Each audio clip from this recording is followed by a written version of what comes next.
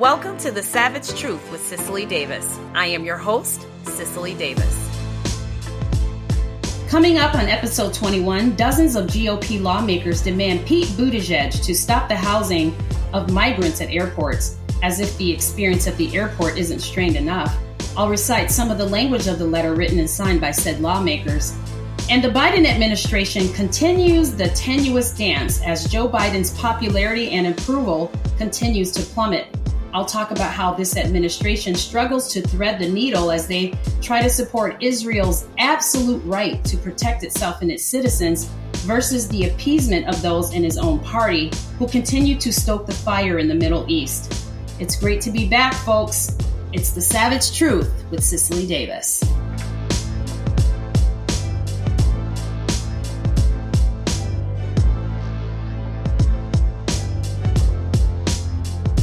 Oh, it is so good to be back. Welcome back, everyone. For those of you who are new listeners, welcome. For those of you who are returning, thank you for coming back. Welcome back.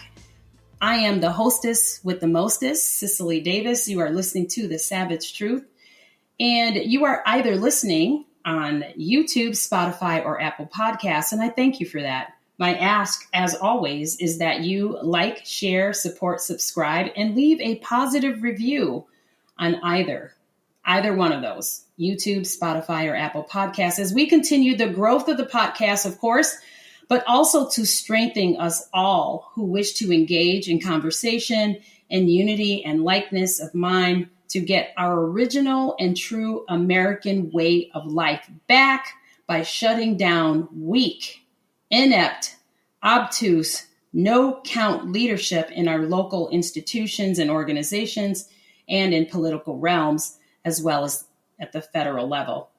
And speaking of lack, slack, weak, inept, obtuse, no-count, poor leadership, I have to and I must bring up the name of our transportation secretary, Pete Buttigieg, who has recently been called upon to stop the housing of migrants at airports around the country. This, of course, another imbecilic failure of the Biden administration involving one of his star players, Buttigieg, as they, because of their dangerous and poor policies, scramble to find ways to house illegal immigrants. Now, it's clear, it's obvious that the Biden administration knows that it is not racist any longer, or they no longer claim or stick to the claim that it's racist to require IDs to vote. So they erase our southern borders, allow thousands of immigrants a day to illegally cross into the country, and fast track them to obtain driver's license, like here in the state of Minnesota, in order to do two things. Illegals can vote Democrat so that they can, one, remain in power and continue their dark agenda, and two, destroy America and the American way of life. That is their agenda. That is why they do it. That is why they are doing it. That is why they adopt the policies and engage in the policies that they do. Make no mistakes about that, folks. Democrats do not care about the people. They only care about remaining in power. Lives, ways of life are just simple casualties in their agenda. It's not due to asylum. It's not because they care for those who illegally cross, and they certainly don't care for those whose homes and properties have been vandalized and destroyed. Children and women who have and are trafficked, and the astronomical uptick in fentanyl addiction, and so on, that we are encountering with the crisis at the border. Transportation and Infrastructure Committee Chairman Sam Graves, House Republican Chairwoman Elise Stefanik, and Aviation Subcommittee Chairman Garrett Graves and Representative Anthony Desposito, along with 66 other House Republican lawmakers, have written to Buttigieg opposing plans to house migrants at the airports. So let me bring you back to this, give you a little history, as I like to do, and inform. The Department of Homeland Security, DHS, wrote to New York in August Okay, this is going back to August, recommending all federal sites in New York and nearby where migrants could be housed in order to relieve housing pressure amid a massive migrant surge into the Empire State, including airports. And again, this happened this past August, this summer. Those locations included New Jersey's Atlantic City Airport. It also reportedly included Messina International Airport, which is a U.S. port of entry for the U.S.-Canada border. It has already provided a hangar at JFK Airport. Meanwhile, hundreds of migrants have already been housed at Chicago O'Hare's International Airport, and the lawmakers say communities are concerned that similar moves will happen with their airports as well. Chicago residents say they are sick and tired of illegal immigrants and feel politicians are not listening. And they're not. They won't, and they don't. Let me read a caption from the letter posed to Buttigieg per this committee. We adamantly oppose these ill-conceived plans that blatantly ignore the true crisis at hand and would inappropriately utilize America's infrastructure, the lawmakers say. Quote, our nation's transportation not to serve as housing for unvetted and undocumented migrants. We request that you enforce public airport grant assurances and reject such plans, end of quote. So the lawmakers say they are concerned about the lack of regard for security risks posed by housing migrants at airports and say that airports are generally required to request permission from the Federal Aviation Administration, the FAA, before they're used for non-aeronautical purposes. So let me slow down here a little bit, because when I think about this compounded crisis, right? So we already have the crisis at the border itself. So we're allowing all these illegals in. We've run out of places to hide them because rightfully so, those border states that are experiencing the most stress and the most strain from those coming in from the South illegally are sending them to these quote unquote blue cities, blue states, sanctuary states, as I understand. But when you think about the experience that you have at the airport, and I talked about the beginning as if that experience at the airport isn't strained enough. I mean, let's discuss this, folks. Now, coming off of Restoration Weekend, I actually met a lot of people who actually listen to this podcast and perhaps are listening right now. They don't share in this experience. I mean, I literally met people who can afford their own planes. They can charter their own planes. They fly their own planes. They don't have to deal with the airport experience. But those of us who do, okay, and you think about the strained experience at the airport. I mean, you know, all kinds of experiences. You got that early morning flight, right? And perhaps you're someone that's unlike me, right? You pack early. Okay, I always pack a day. Now, I was actually good this time, and I packed 2 days prior, but that's not typical for me. I'm usually the day before. But you always remember that something that you wish you had packed or forgotten to pack, and you're thinking, okay, I'll just buy it at the airport, or I'll get it at a drugstore when I land, right? And you get to the airport. If it's early in the morning, you have that morning rush, so it's crowded. And now things are different, right? So they're charging you an arm and a leg if you are 1 pound over the weight limit, right? And it costs you $1,000. No, I'm exaggerating, but truly it's $100 because my one suitcase was over and it cost me an additional $100. And she said it so casually. She's like, "Oh, it's over $100. Oh, it's over. Your luggage is over, so you have to pay $100. Is that going to be on a card?" And what am I going to say? No, right? You don't have time to go buy another piece of luggage and repack and go back to the stand. So they get you there.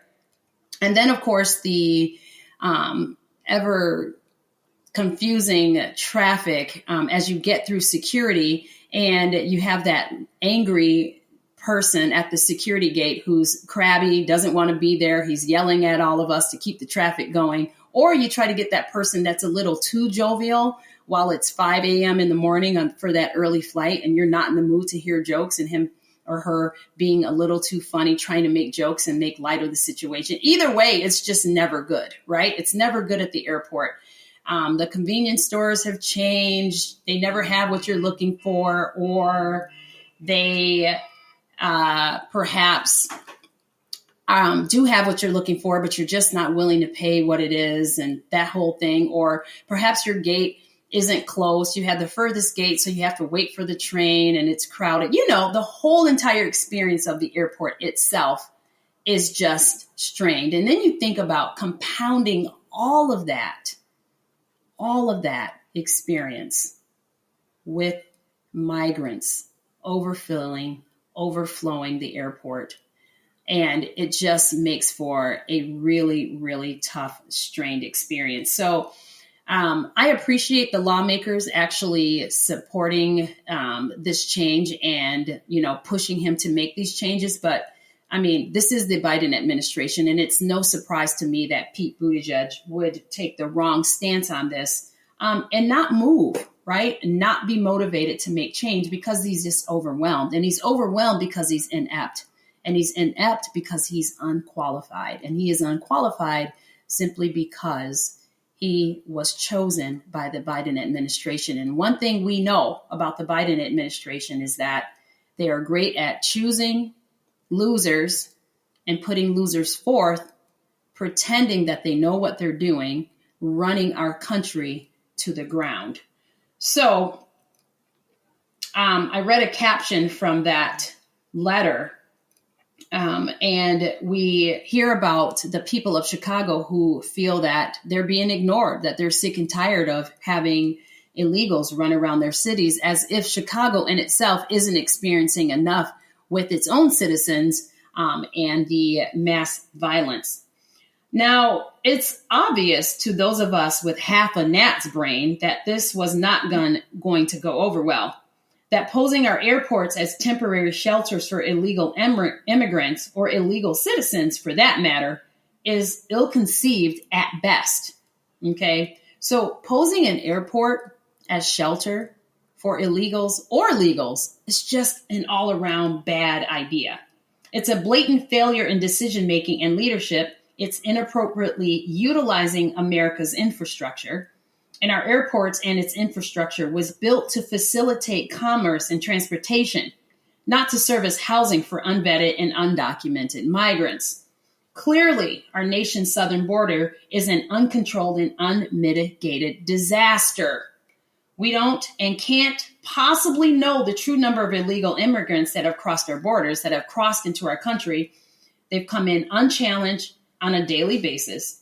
Over 6 million illegal immigrants that we know of, okay? 6 million illegals that we know of have entered the U.S. and have been apprehended under Biden's failed leadership. What we have undoubtedly witnessed is that many of those illegals are then released into the U.S. amongst us, some of whom we may never see again or be able to account for. The Biden-Harris administration has displayed an abject failure to protect our border or support policies that will keep America and Americans safe and secure. This administration is literally turning our airports into camps for illegal immigrants. New York City itself has declared itself out of room, while other states and cities have also called for more actions from the federal government to aid them with this ongoing crisis. And as usual, these atrocious acts have cost the American people billions upon billions of dollars. The Biden administration has requested itself $14 billion in emergency supplemental funding, which includes $1.4 billion for shelter and services for migrants released from DHS custody. This is in addition to $800 million that has been given to states and non-governmental organizations by the administration in order to aid the many migrants who have been released into the U.S. interior. What is the savage truth here? America can no longer afford the lack of leadership of the Biden-Harris administration. Uncontrolled borders, allowing undocumented strangers into a country with no checks and balances, while supplying them with the resources needed for our own sustainment, serves as a cocktail for war and disaster. We should be beyond concerned. Okay? We should absolutely be beyond concerned that this administration not only cares not for America or the American people, but that its aim is to destroy America from within the government and absolutely at our borders. This is evident and has been evident since this administration began its lead. And I use that term very, very loosely. And it continues currently, leaving us poorer, morally bankrupt, and vulnerable to our enemies. Yes, within our own government, such as Buttigieg, Kamala Harris, the Squad, Sanders, and the president himself. And that is more apparent when we look at the war on Israel. Currently, anti-Semitism is not only rampant and overt, it is protected by members of our own government. This absolutely disgusts me. Now, if there were such an attack on Blacks, well, there would be a heavy and quick response from the Biden administration to protect Blacks in this country. You know that absolutely would not be allowed. But because it's Israel, members of our government have been allowed to spread lies, spew hate, and vocalize publicly their hate and disdain for the Jewish people. And again, it literally turns my stomach. And it actually drives me, if I must admit, it drives me to anger. Anger that's almost eruptively violent, honestly. I mean, Iran has the gall, the gumption, the audacity, and the arrogance to threaten us, the United States of America. Iran threatening us, the United States of America. Have you heard this? Have you heard about this? Iran actually threatened, saying, U.S. will be hit hard if no Gaza ceasefire. What? What? Is that where we are today? This is where we are. Iran threatens the United States of America. I need you guys to understand that. I need everyone listening to hear me when I say that. I'm going to say this one more time. Iran had the gumption, the audacity, and the arrogance to threaten us, the United States of America. We're still the global superpower, okay? Saying that U.S. will be hit hard if no Gaza ceasefire. That's where we are. There was a time, like in 2020, under the Trump administration, when Iran may have wanted to threaten, but they knew not to. They certainly thought it, I'm sure, but they knew not to. Now, any threats from the U.S. are considered as idle threats. This administration has not provided any credible deterrence.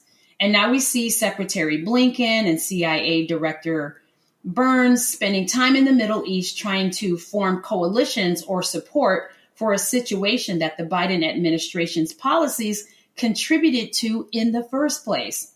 And as Biden's approval rating continues to plummet, they try to thread the needle between Israel's right to defend itself versus Arab countries across the board, some of whom are allies, calling for a ceasefire.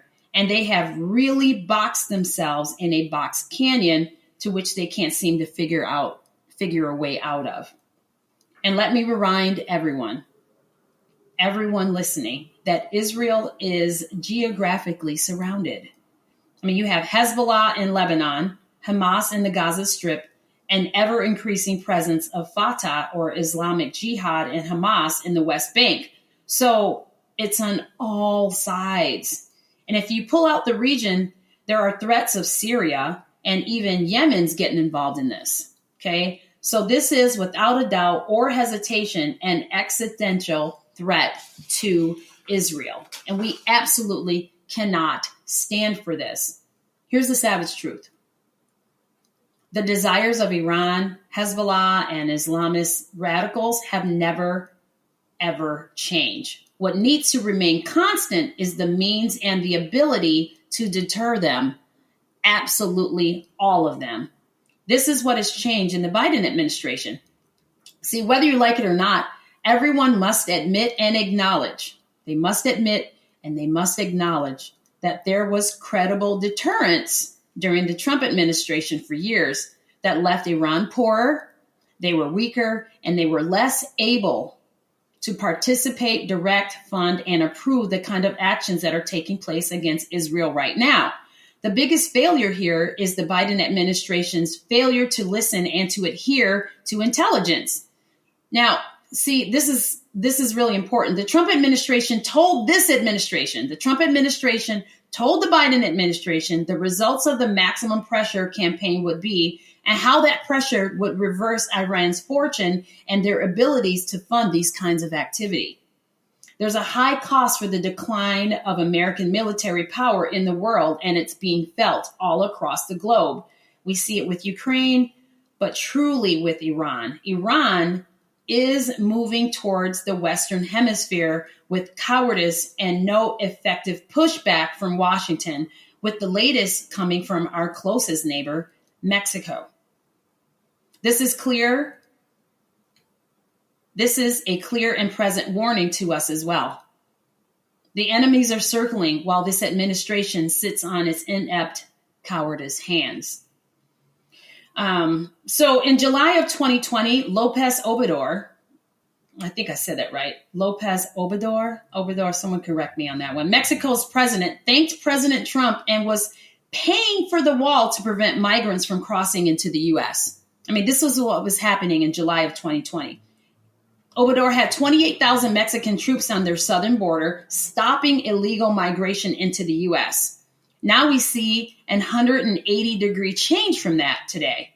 Now Obrador is, as the Wall Street Journal stated, giving the Biden administration the middle finger, having a migration summit with dictators who are pro-Iranian. This is the ripple effect of poor, slacked, inept, obtuse, no-count leadership.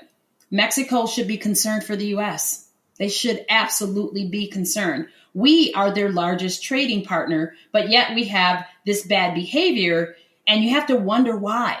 You have to wonder why. The only conclusion we can come to is that they aren't worried. They're not worried. They're no longer threatened by us. There is no longer that healthy, respectful, reverent fear of the United States of America as a superpower.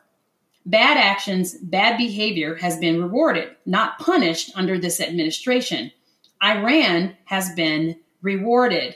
And now we see our own allies like Saudi Arabia and Mexico moving towards Iran, towards China, towards our adversaries.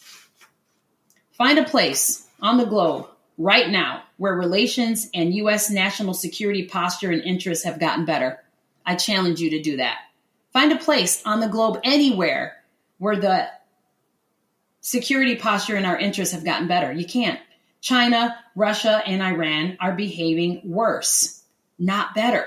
They are emboldened. They have become more emboldened. They push the limits more frequently and further, and things are not better than they were 3 years ago. In fact, they are tremendously worse. And our relationships with allies have gotten worse.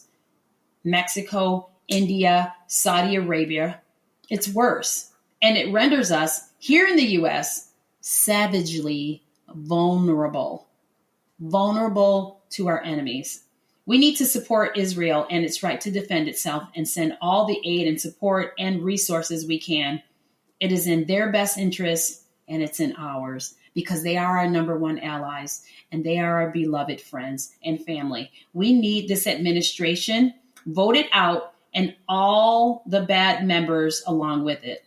We need to remember who we are and what we're capable of as the people of the United States of America. We are the standard. We are the superpower. We are the nation on the shining hill. America is the global beacon of light, and we can get back there by ridding ourselves of this administration, which reflects the very opposite of what and who we are. They, the Biden administration, the Biden-Harris administration, They are weak. They are hesitant. They are complacent. They are inept. They are unintelligent. And they are soft. We can no longer afford them. Please like, subscribe, share, support, and leave a positive review on Apple Podcasts, Spotify, and YouTube. And remember, folks, be strong, be bold, be faithful, be true. I'm Cicely, providing you with the savage truth. Until next time, folks, take care. The Savage Truth with Cicely Davis is a production of Front Page Magazine and the David Horowitz Freedom Center. Reproduction of this podcast without express written consent is prohibited.